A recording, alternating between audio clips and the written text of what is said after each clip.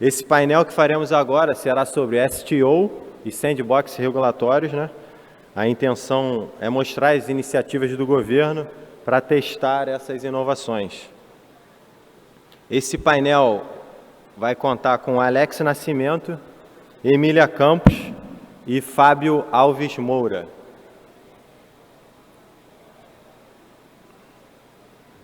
E em seguida a gente vai ter um painel sobre o Women in Tech. Então eu gostaria de chamar aqui no palco a Emília Campos, o Alex Nascimento e o Fábio Alves Moura. Palmas para eles, pessoal.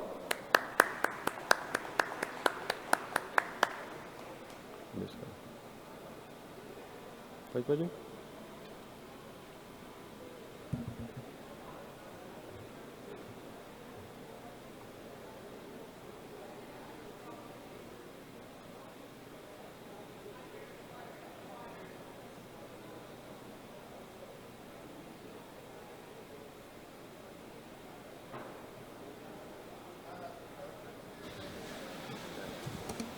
Palmas para eles aí, pessoal, por favor.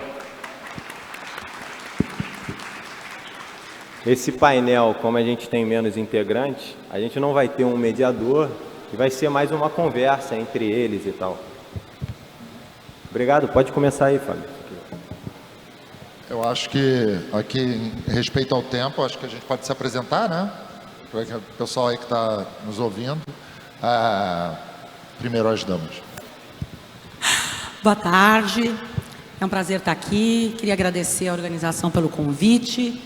Bom, nosso tema então é Security Token Offering e o sandbox regulatório da CVM, né? Eu acho que eu queria começar falando então que o bacana a respeito dos Security Token Offering é que, pelo menos no meu entendimento, a CVM sempre foi muito clara a respeito da regulamentação das ofertas públicas de tokens que de alguma forma representem valores mobiliários, né? Lá desde 2014 a gente já teve uma manifestação da CVM no sentido de que toda oferta pública de token que represente de alguma forma um valor mobiliário está sobre a regulamentação da CVM. É claro que a gente já teve aí algumas questões mais delicadas a respeito disso, porque criptoativos em geral não são considerados valores mobiliários. No entanto, a CVM já deixou muito claro que, a depender da forma de oferta que é feita, pode ser considerado valor mobiliário, não obstante seja um token ou um criptoativo que esteja por detrás dessa oferta. O que eu quero dizer com isso? Criptoativo não é um valor mobiliário, mas se um determinado produto é oferecido ao público de forma coletiva, onde se está arrecadando criptoativos coletivamente, por meio de uma plataforma digital, se está fazendo algum esforço, né, por parte do empreendedor, né, dessa plataforma digital, e está se devolvendo, né, ao público, né, ao investidor, uma remuneração, isso também pode ser considerado um valor mobiliário, que é o contrato de investimento coletivo. Então, valor mobiliário, criptoativo, não é considerado um valor mobiliário, mas se algum produto é oferecido ao público, envolvendo criptoativos, no formato de um contrato de investimento coletivo, isso também vai estar, né, sob a regulamentação da CVM. E isso já causou aí muito buchicho no mercado e algumas stop orders por parte da CVM, né, algumas ordens, né, de interrupção da oferta por parte da CVM envolvendo criptoativos. Eu queria só começar, então, essa nossa conversa aqui falando um pouco sobre esse tema, para a gente não cair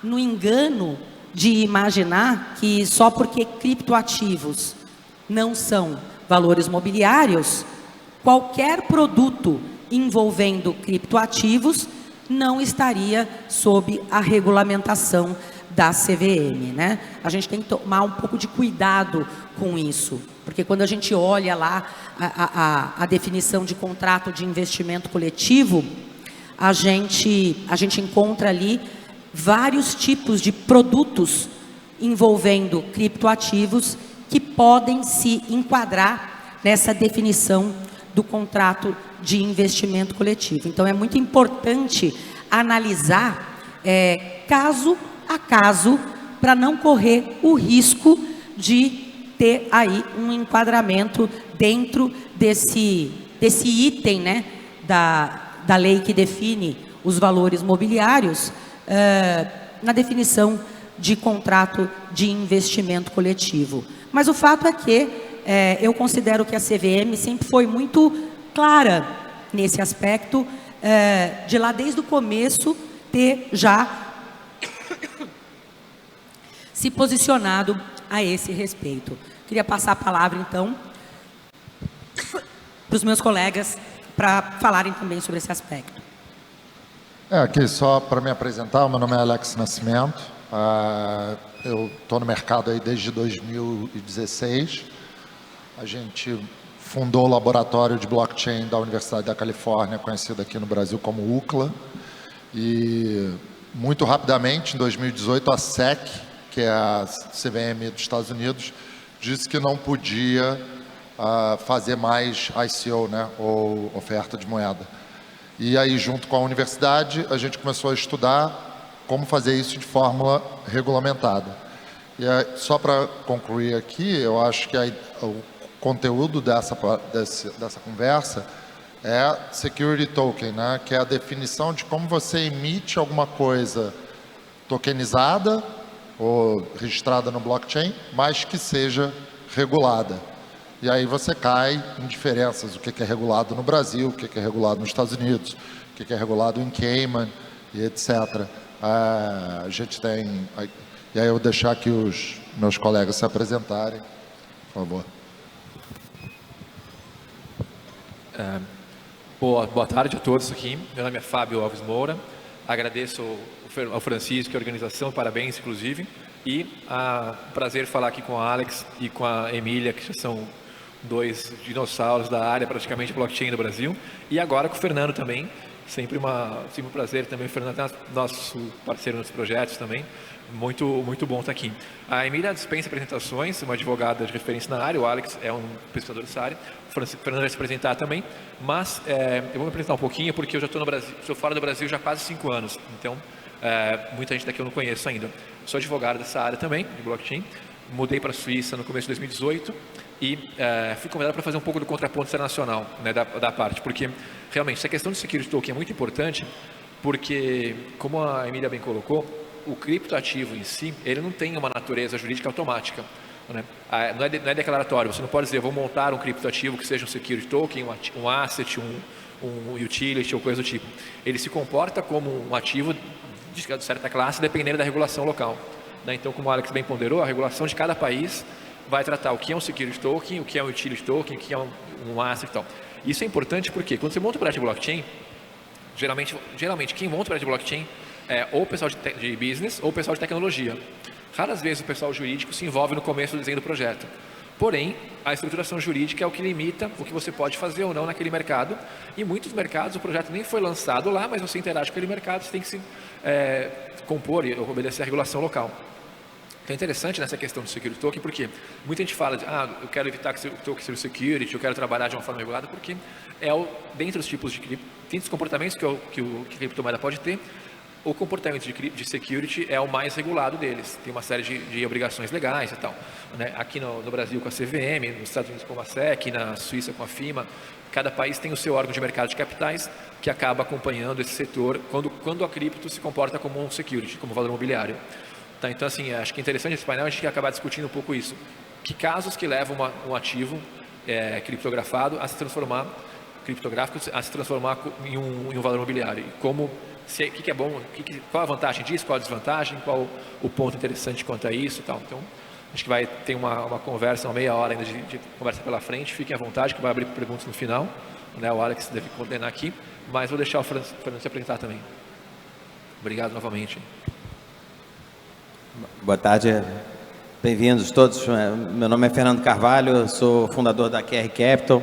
A QR é uma holding que tem investimentos na área de criptoativos.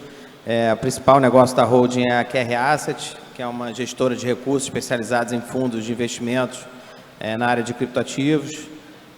Entre outras inovações, aí a gente trouxe o primeiro ETF de Bitcoin aqui para o mercado brasileiro. No ano passado, temos também alguns fundos multimercados que são distribuídos em plataformas aí de investimentos aí no Brasil. Bom, além da Asset, a gente tem alguns investimentos em empresas de tecnologia no segmento de blockchain, e uma delas é a QR Vortex Tokenizadora, que foi aprovada no âmbito do sandbox regulatório da CVM, e que em junho desse ano lançou o primeiro security token, o primeiro criptoativo lastreado por um valor mobiliário aqui no mercado brasileiro, tá? Que foi uma debênture de uma companhia de healthcare aqui do estado do Rio de Janeiro. Essa emissão aconteceu em junho desse ano, e foi, enfim, um processo inovador aí de emissão, né, de um valor mobiliário utilizando blockchain como tecnologia de escrituração.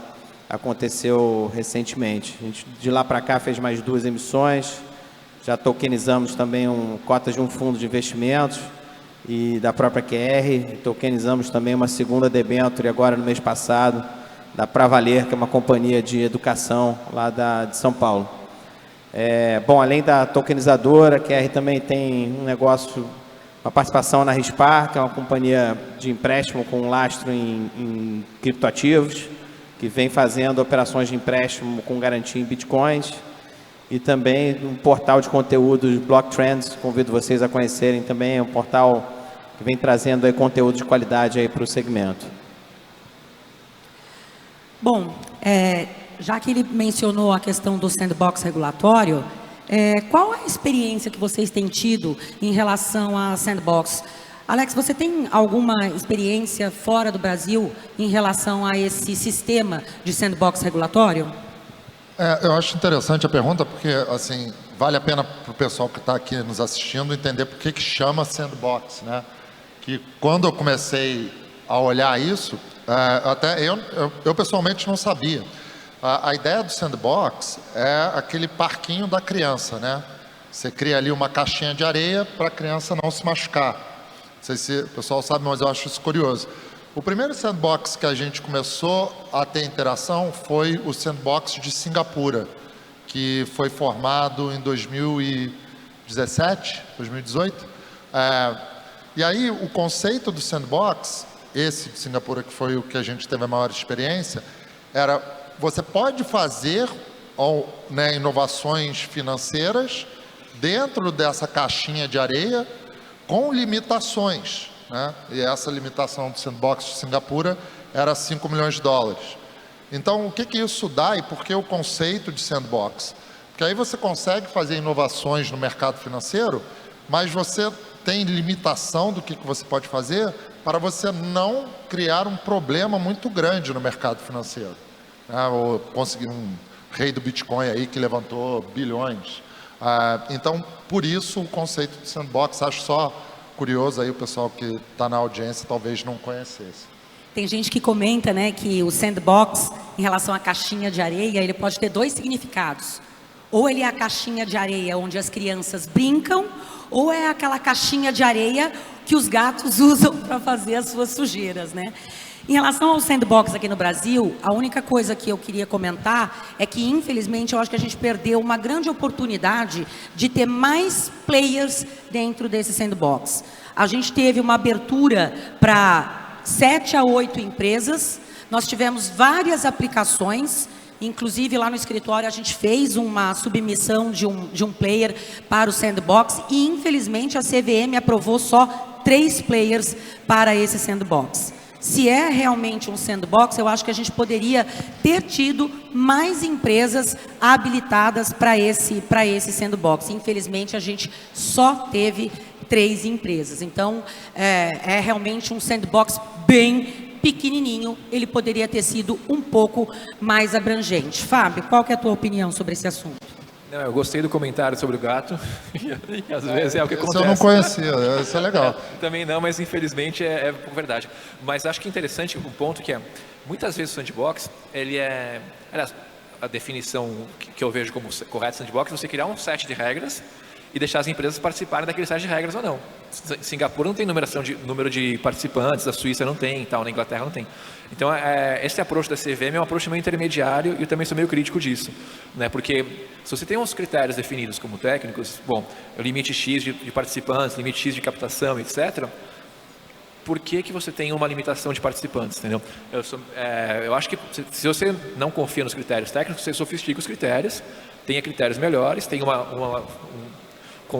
QIC dos participantes ou coisa do tipo, mas limitar muito também eu acho relativamente ruim, né? É interessante no começo, porque você faz uma triagem, apoia alguns projetos e tudo mais, mas você acaba fechando o mercado de alguma forma, né?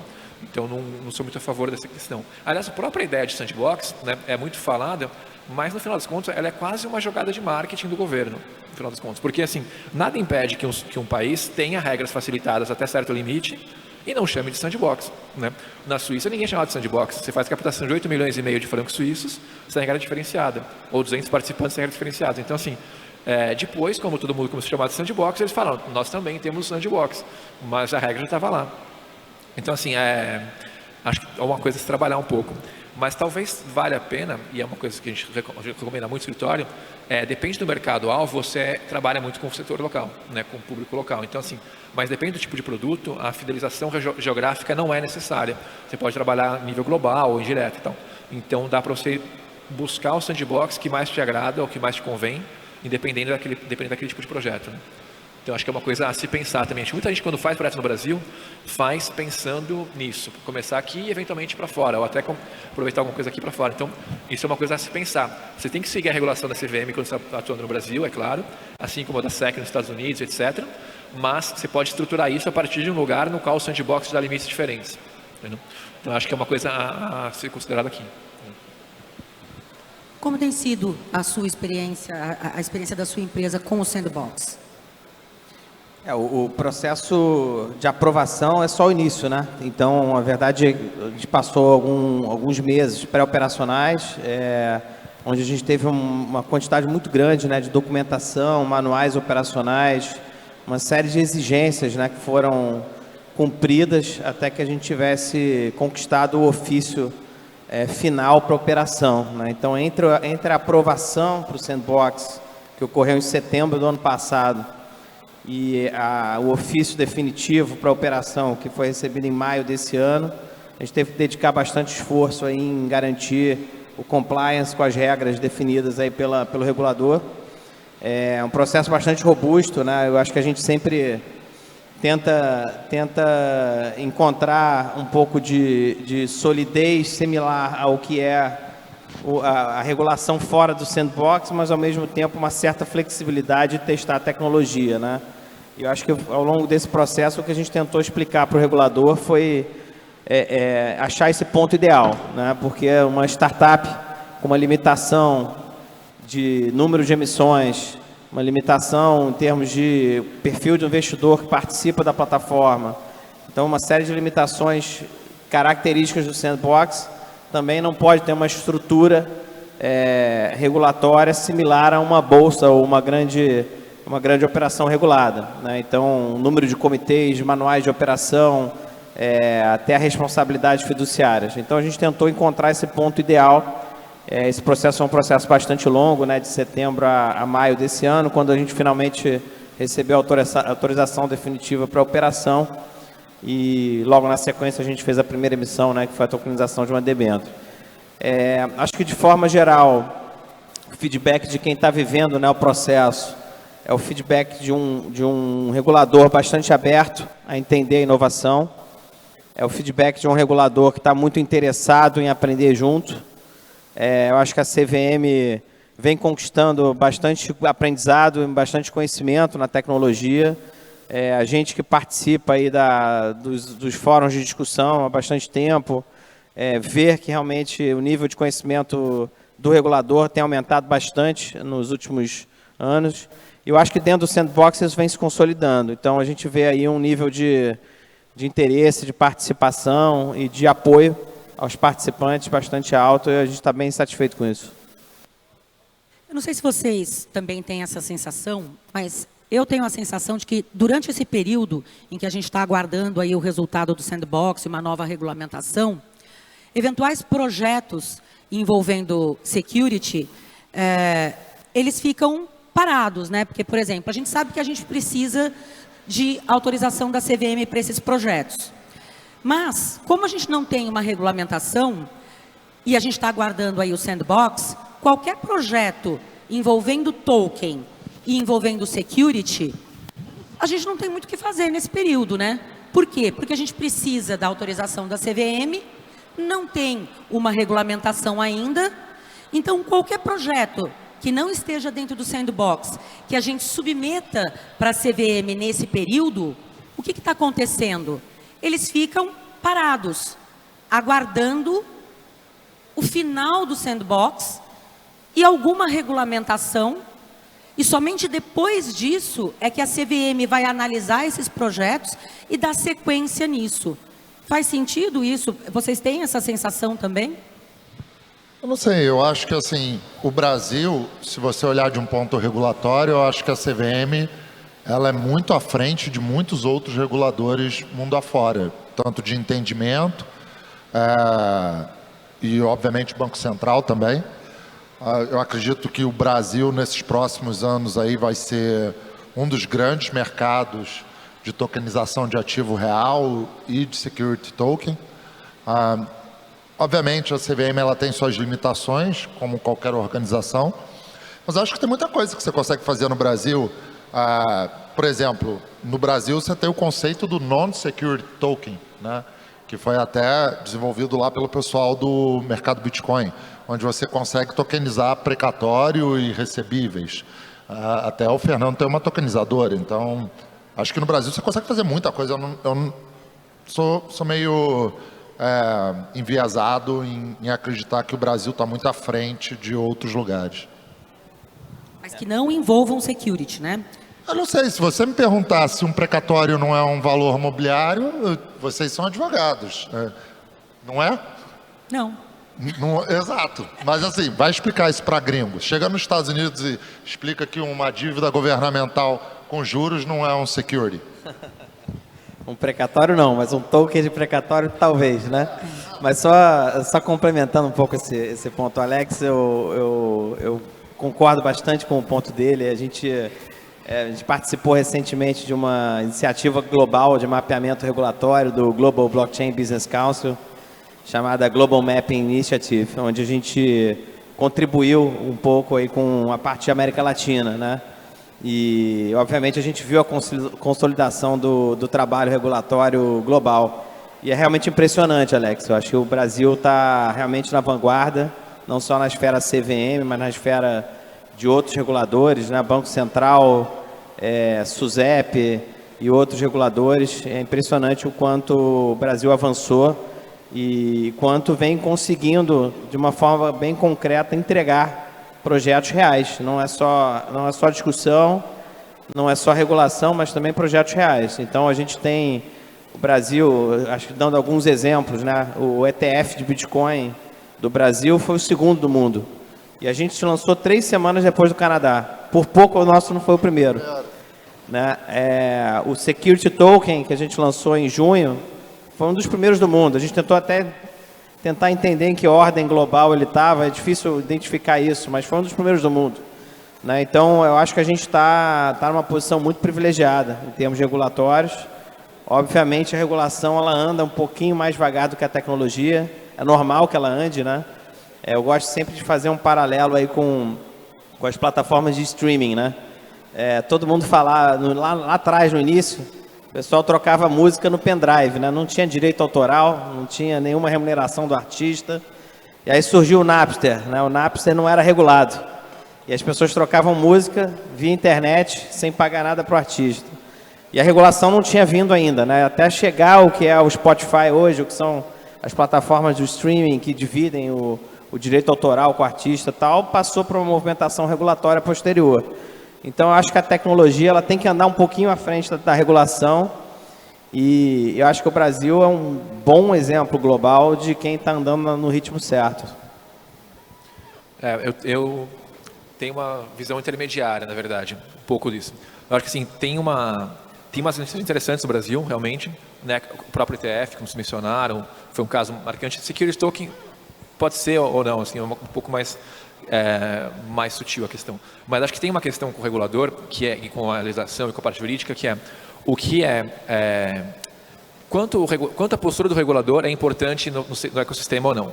Então, eu acho que o Brasil tem e é uma questão sociológica e histórica, tal, uma postura meio paternalista do governo, em geral.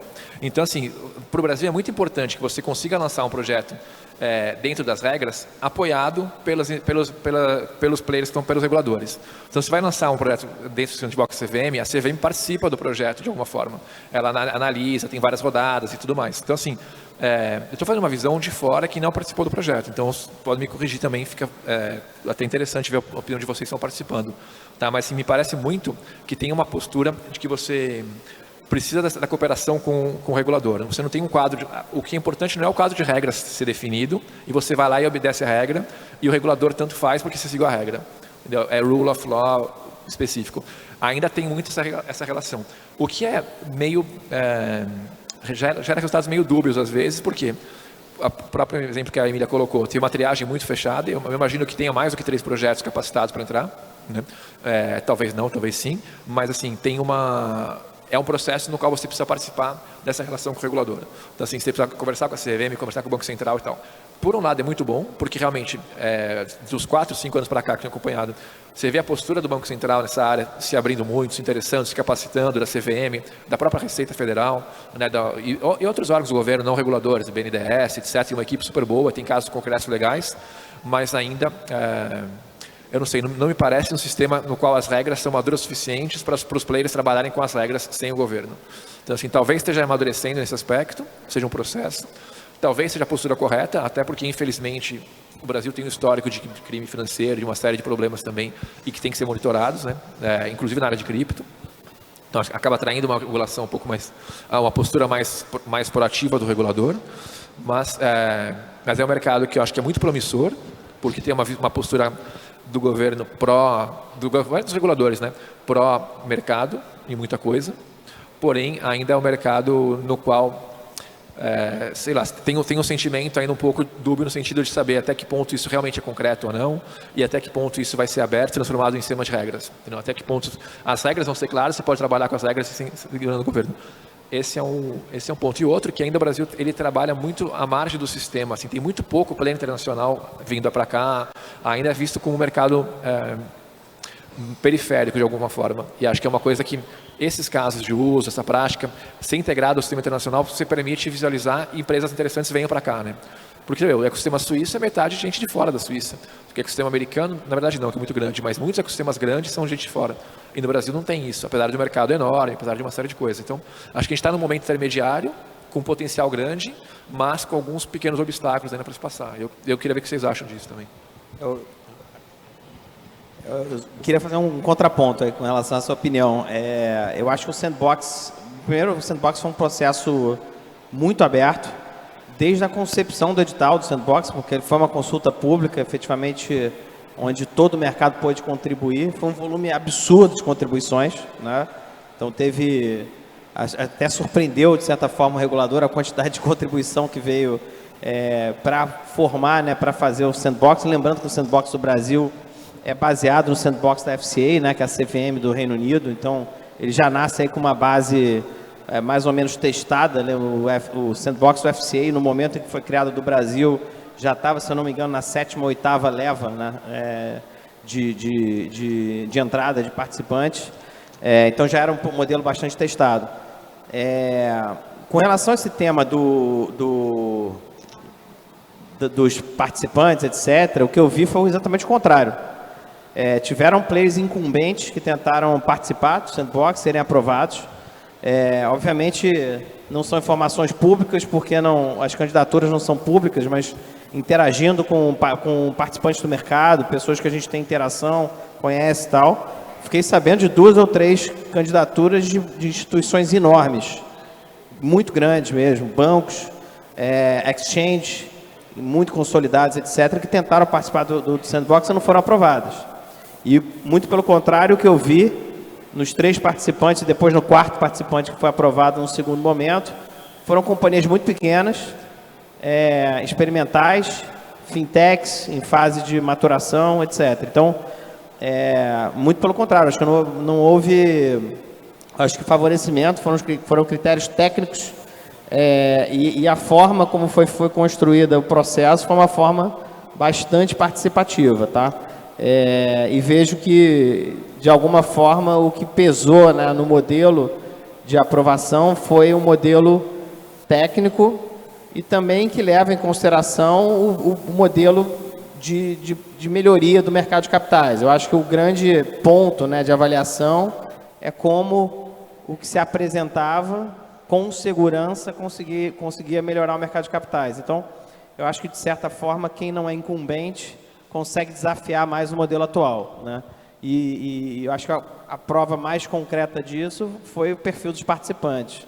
Fintechs, empresas de equity crowdfunding, companhias pouco estabelecidas, pequenas, etc. Então, eu acho que o Sandbox realmente foi uma oportunidade muito interessante de desafiar o status quo. Não, até bom saber esse ponto, desculpa só para poder, acho positivo e fico feliz com isso. Eu não acho que teve um enviesamento de participantes, pelo contrário, assim, pelo próprio caso da QR, outros que os outros aprovados, os outros 2 e o terceiro que entrou depois, o 4º, né, que entrou depois também, é mais uma questão do fato de que o KFC é um exemplo bom, de que o fato de que o Sandbox ele funciona quase como uma rodada na qual você tem que ser aprovado para participar e tal, né? Acho que a gente partir de um processo, de um modelo no qual ainda é uma centralização, na qual o regulador aprova, para um modelo no qual você não tem o governo participando, você tem as regras, você segue as regras e pode fazer dentro daquele limite, né? Como o Alex colocou. Então, você tem assim, até tal limite, você não precisa de aprovação específica, ou você pode fazer tal coisa. Então, que é um modelo mais desintermediado, por exemplo. Mas realmente, a Sandbox da CVM teve muita consulta e esse processo me surpreendeu também bastante. Até acho que atrasou um pouquinho o lançamento por causa disso, né? Ficavam lidando com as opiniões que apareceram demais até. Né? As limitações, obviamente, como participantes, a gente gostaria que não houvessem, né? Então, por exemplo, um exemplo concreto, a gente tem uma limitação de número de emissores. Temos uma limitação também de tipos de ativos que podem ser tokenizados, né?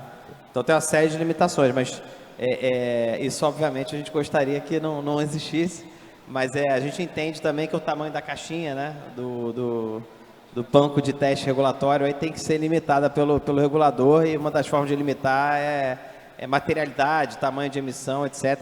Todos os participantes estão sujeitos a essas limitações. É uma forma de colocar aí uma fronteira, né, até onde... caso não funcione, porque o Sandbox é feito para funcionar ou não funcionar e testar os limites, haja um limite de materialidade. Mas, sem dúvida, eu acho que com o tempo, né, mostrando que funciona, e hoje a gente já emitiu quase 200 milhões de reais em security tokens, né, assim, lastreados por valores imobiliários. Então, realmente, eu acho que vai chegar um momento em que vai haver um conforto para que essa caixinha cresça e essas limitações sejam menores. Mas esse é o processo normal do Sandbox. Acho que é assim que se faz, né? Se testa pequeno para ser grande depois. Né? É um processo ainda.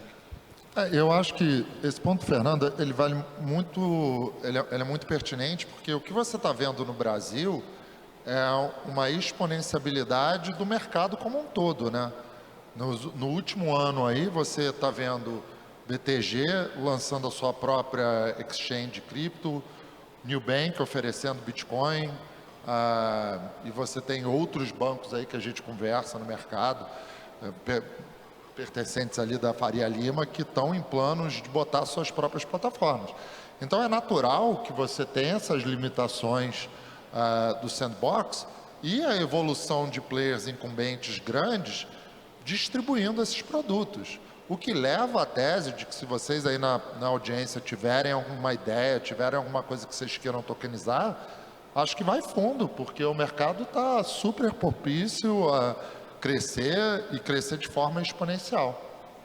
O Alex fez um comentário interessante a respeito da criatividade, né, que o mercado brasileiro teve na questão de criação de tokens, inclusive para não desafiar a legislação no mau sentido, desafiar no bom sentido para criar produtos que fossem capazes de estar no mercado de uma forma mais rápida, né?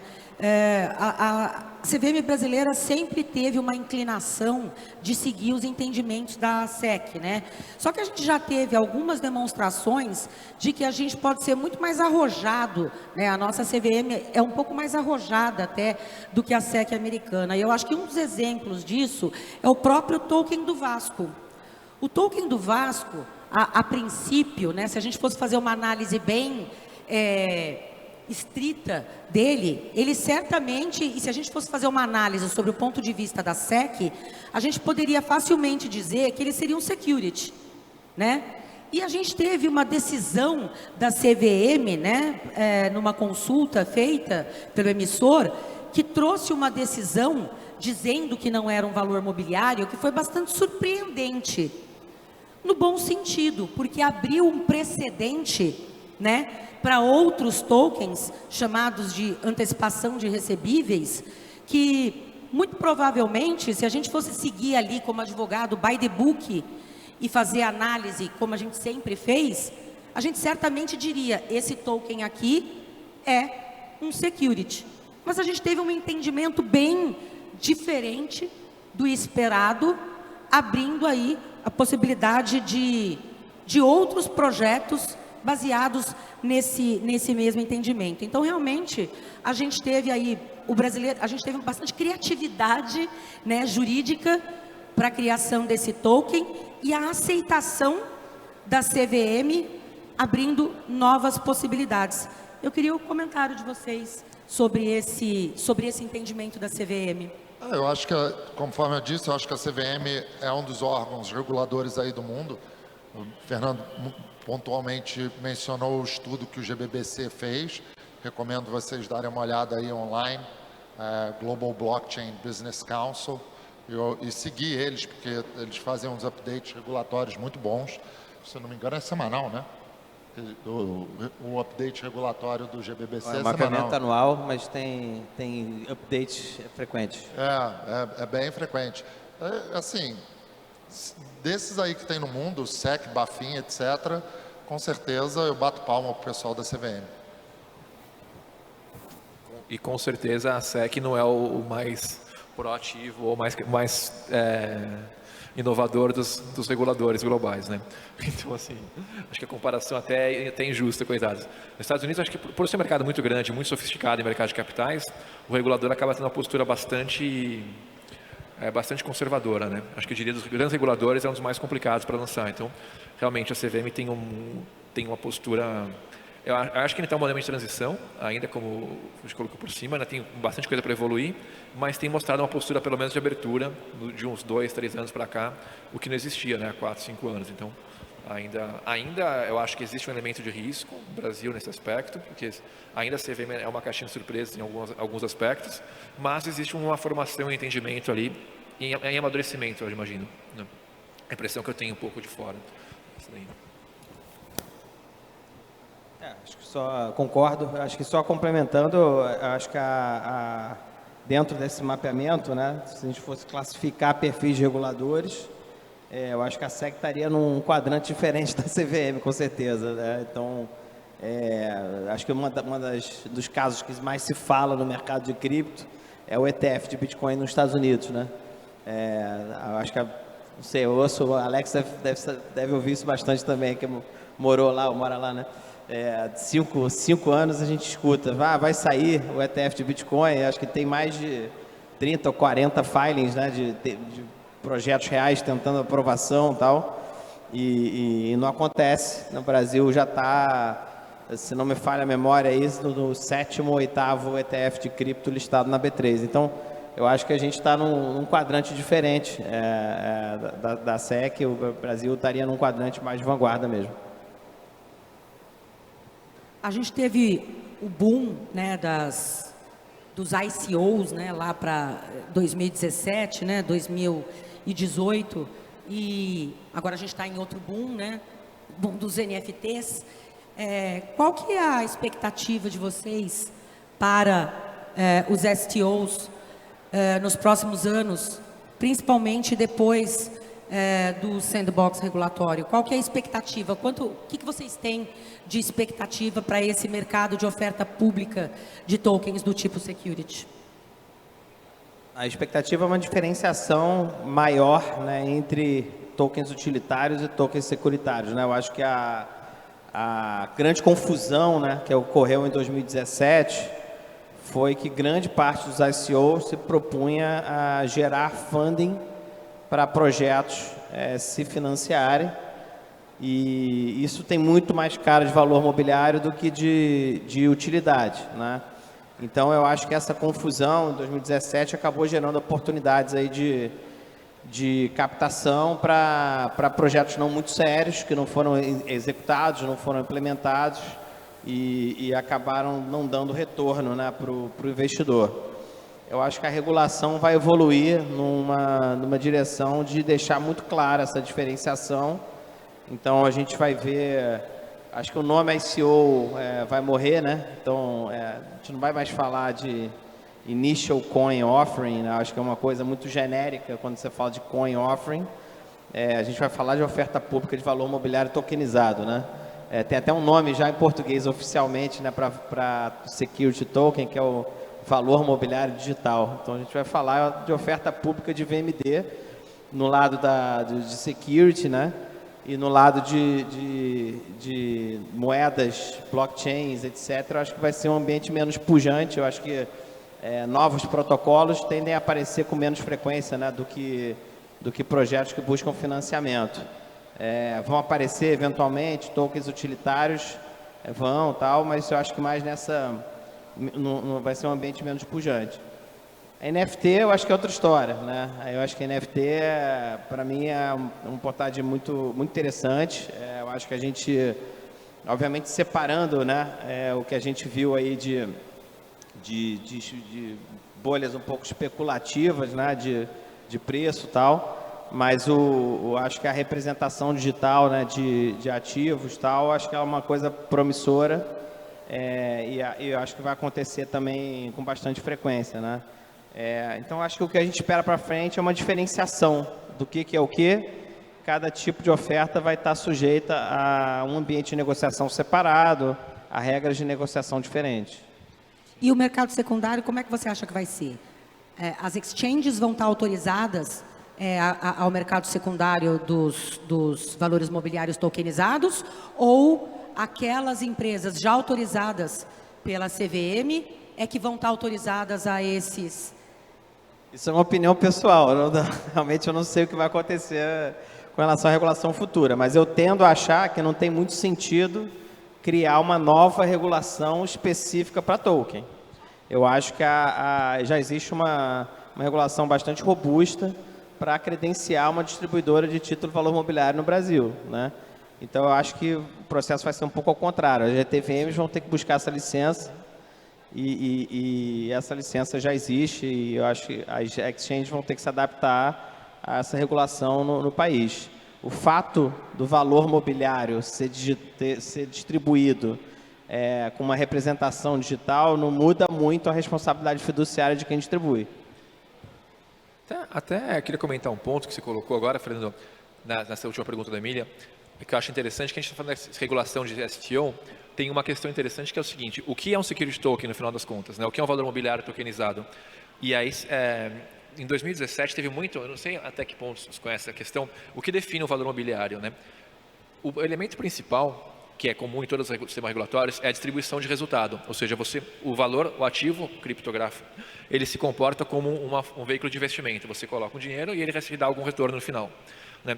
Porém, existe uma diferença entre reguladores em diversos países quanto a um ponto que o Fernando colocou en passant ali, que é o fato de que aquele capital vai viabilizar o desenvolvimento da tecnologia ou do produto.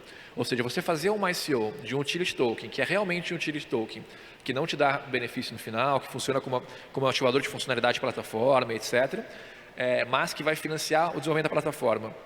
Por você estar financiando o desenvolvimento da plataforma ou do projeto da empresa, nos Estados Unidos, de acordo com o Huawei Test, com a jurisprudência da SEC, você está fazendo sim uma emissão de valor imobiliário. E você tem que passar toda a regulação de valor imobiliário, porque você está financiando o projeto com o seu investimento, ainda que você não vá ganhar nada diretamente com ele.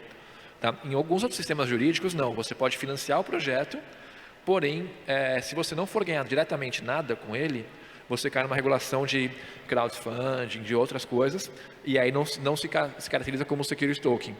Então é um aspecto importante porque assim, quando você monta um projeto, não só o token ele pode ser um valor imobiliário ou não ser um valor imobiliário, dependendo de onde estiver, como ele pode ser considerado um valor imobiliário ou não, por regras diferentes. Então assim, é algo a se considerar também numa emissão global, né? Porque no final das contas, quando você fazia ICO, você tinha muito mercado de lançamento. Quando você passa no mercado global de lançamento, via DEX, via listing, etc., você consegue trabalhar essa forma da oferta de modelo diferente, né? Porque o que é regulado pela CVM não é a emissão do token, é a oferta pública do token, né? Na Suíça também é a mesma coisa, na Inglaterra é a mesma coisa. Então, você pode criar um security token, você não pode ofertar para o público, né? Você tem que pensar em canais de venda privada, outras formas. Então, assim, tem todo um processo estratégico de montagem que deve ser feito com cuidado aí, porque não afeta só o modelo de negócio e a captação financeira, mas como o regulador vai te ver, né? Pela funcionalidade, pelo modelo do que o token faz e pela forma que você coloca no mercado. Acho que são importante ter isso em mente. No final das contas, é aquela história vocês são talvez mais novos, mas assim, na OAB tinha um adesivo que falava antigamente isso, falava assim, consulte sempre um advogado. Lembra que todo advogado colocava no carro isso nos anos 90. Então, no final das contas, faz sentido mesmo, porque por uma pequena mudança na forma de oferta, você acaba caindo numa regulação em outra, né? Acho que a Emília deve ter visto isso algumas vezes também, né? E o Alex talvez. Eu acho que a gente chegou ao final aqui do nosso tempo, né? Mas só para concluir o ponto, se você olhar historicamente, o que qualifica um security token, né? Existe um teste chamado Huawei Test, que a CVM usa, que é original da SEC americana, para qualificar o que é um contrato de investimento. Se você buscar na internet ali, ele tem mais ou menos três perguntas. Qualquer coisa hoje tokenizada no blockchain cairia como um security token. Então, na evolução do que vai acontecer, eu acho que o regulador vai entender que a proliferação de produtos financeiros e o acesso a esses produtos financeiros para pessoas que anteriormente não tinham esse acesso, exemplo, precatórios, porque só investidor institucional conseguiria comprar um precatório, é o que vai mover a indústria a você ter uma maior flexibilidade do que pode ser tokenizado e do que pode ser ofertado. Bom, é isso, gente. O painel chegou ao fim. Eu queria agradecer a presença de todo mundo e desejar um ótimo evento para vocês. Obrigado. Obrigado. Obrigado a todos os participantes. Obrigado, Emília, por fazer a mediação.